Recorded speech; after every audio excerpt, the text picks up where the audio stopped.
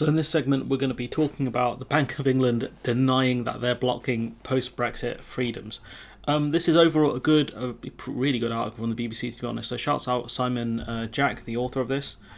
He's done very good work here. So yeah, it's really well put together, and it talks about the kind of pitfalls of the government's kind of explanation that, we need to get rid of Solvency 2, it's going to give insurers loads of capital to invest in the country, and why that's probably not going to happen and why that's not the case. So a key financial watchdog has hit back at criticism is blocking billions of pounds in UK investment by not making the post-Brexit freedoms the most of post-Brexit freedoms.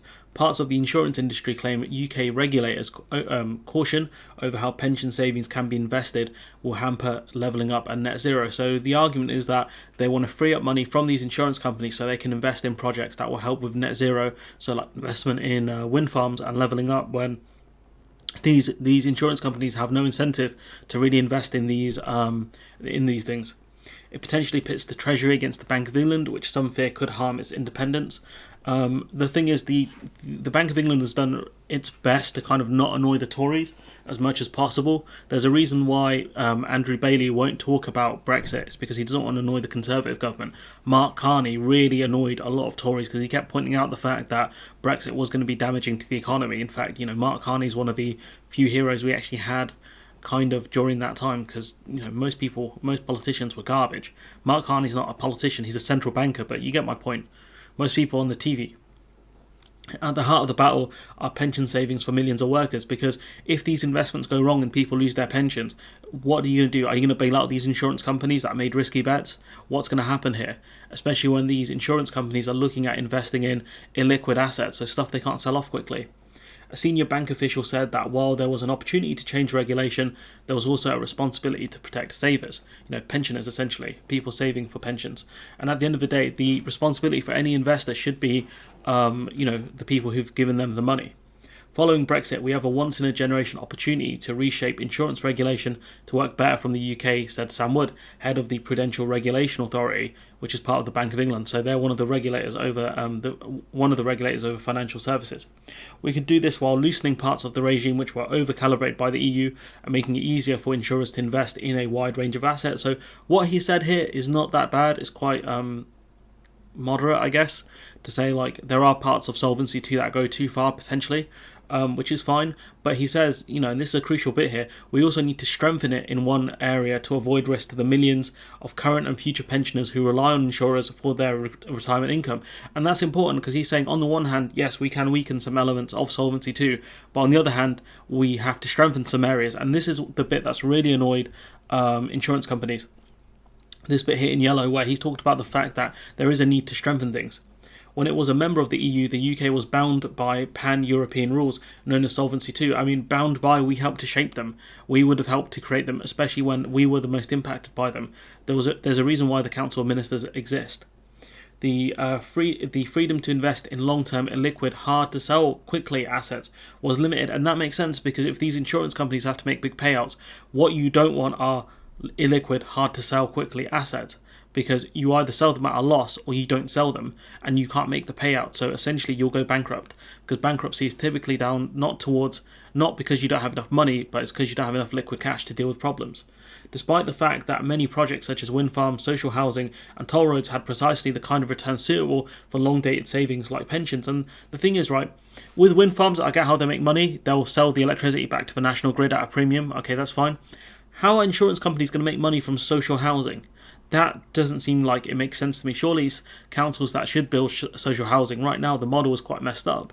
Maybe that's the reason they can get away with it, but that doesn't make sense. And toll roads, how many people actually take toll roads? And how long would it take to actually make your money back from a toll road? That just doesn't make sense. The wind farms I get, the rest of the stuff don't make any sense, in my opinion. Insurance companies and the government are keen for these rules to be relaxed to free up tens of billions of pounds for investment, because what the government want to say is, oh look, we left the EU, now we can deregulate services, and now look at all this money that can flow into the economy. But that money's not going to flow into the economy, as the author of this piece does point out. The Bank of England's insurance watchdog's primary purpose is to protect the interests of policyholders, to protect the interests of the pensioners in this case. Although the bank has proposed some loosening of the rules, the insurance companies feel like it's being overly conservative. And the reason why they're saying that is because they want the regulation to be as weak as possible, because they want to spend as much money as possible, because they want to make short-term profits. That's what all this is about, is short-term profits, because eventually the bust will happen, and once these industries, once these companies go bust, they're going to go to the taxpayer for a bailout, because if they're not bailed out, pensioners lose their savings. The government has put on its levelling up policy and net zero and the billions that are potentially available. So what the government has said is, look, we can get to our net zero targets and our levelling up policies if these insurance companies are allowed to invest the money. And surely that's the government should be putting the money on the table here, not private companies. There is no guarantee, however, that investors would put their money into these projects, which is true. There's no reason for them to do so. If these are long-term liquid assets, why would they invest in them if they're not going to make big returns? Regulators think there is every chance that the insurance companies would use any additional money freed up by relaxing the rules to invest abroad. Now, isn't it ironic that they would free up money from British pensioners to invest abroad? We have seen this before. It's quite normal. There's a Canadian, I think it's a Canadian teacher's pension or something like that. They have a large share in the company that owns Jammy Dodgers. They bought a biscuit company. We saw a dispute over that last year. I remember covering it. So it's not abnormal, I guess, for an investment company, a pension company, to buy something abroad, but that money is not going to go towards wind farms, net zero or levelling up. So it goes against what the government even wants. And even then, if they do risky bets, then where's the collapse going to go? Or, and this is the main point here, or just return the money to their shareholders rather than spending it on the government's favourite projects. They could easily just give this money to shareholders. CEOs have a responsibility to maximise profits. That's their main responsibility. So they could easily say, oh, look at all this money we've got now in profit. Because they don't have to invest that money. They can say, look, instead of having this 50 million in the bank, they can say, oh, look, this 50 million profit we made. Oh, no, a great CEO, let's give me more money.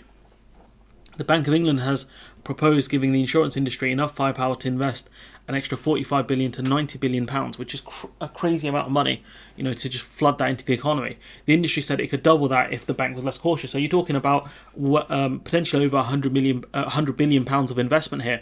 But where's that money going to go? And then in the end, how long is it going to take to make returns?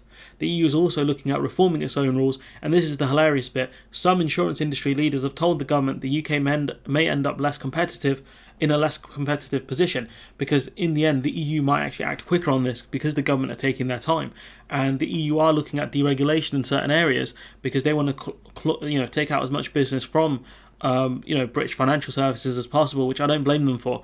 We're not teammates anymore, we're competitors, in the words of Kai, and that's the way it is now. For most economists, the list of economic wins from Brexit is a short one, but equally for most, these reforms were on that list. But again, once these companies are allowed to invest a ton of money into the economy, what happens when things go wrong? Because they inevitably do. We are heading towards a recession this year. Bank of England officials are aware that they are entering into a deeply political fight that they may lose. And it's true, they may lose it, but the fact is, their responsibility is towards the pensioners in this case, because if that money is gone, the politicians will have to bail out people, older people and savers. And where's that money going to come from? Taxpayers. So we're going to go through a 2008 style financial crisis again, and it's going to be taxpayers paying the bill. So for anyone championing this, just remember that if these savers lose all their money, what are you going to do in that case? Who do you think is going to hold the can at that point? However that phrase goes. This is why the Bank of England, I think, are fighting back. And despite all the things that I say about Andrew Bailey, I think he's a clown. But clearly the head of the PRA is not a clown. So hopefully, he can win this battle, because if not, if massive deregulation of the financial services does happen, we could be in trouble here, specifically in insurance in the context of this article. And what I would say is, if I was head of the PRA, I would tell the government, look, if you want to deregulate, you do it then. You pass the legislation, I ain't doing it. That's not my job. My job is to protect policyholders. Your job is to make regulations. Do it. And when things go wrong, that's on you. Anyways, let me know what you think in the comments below. Like, comment, share, subscribe. Support the channel on Patreon if you can. And hopefully I'll see you in the next one.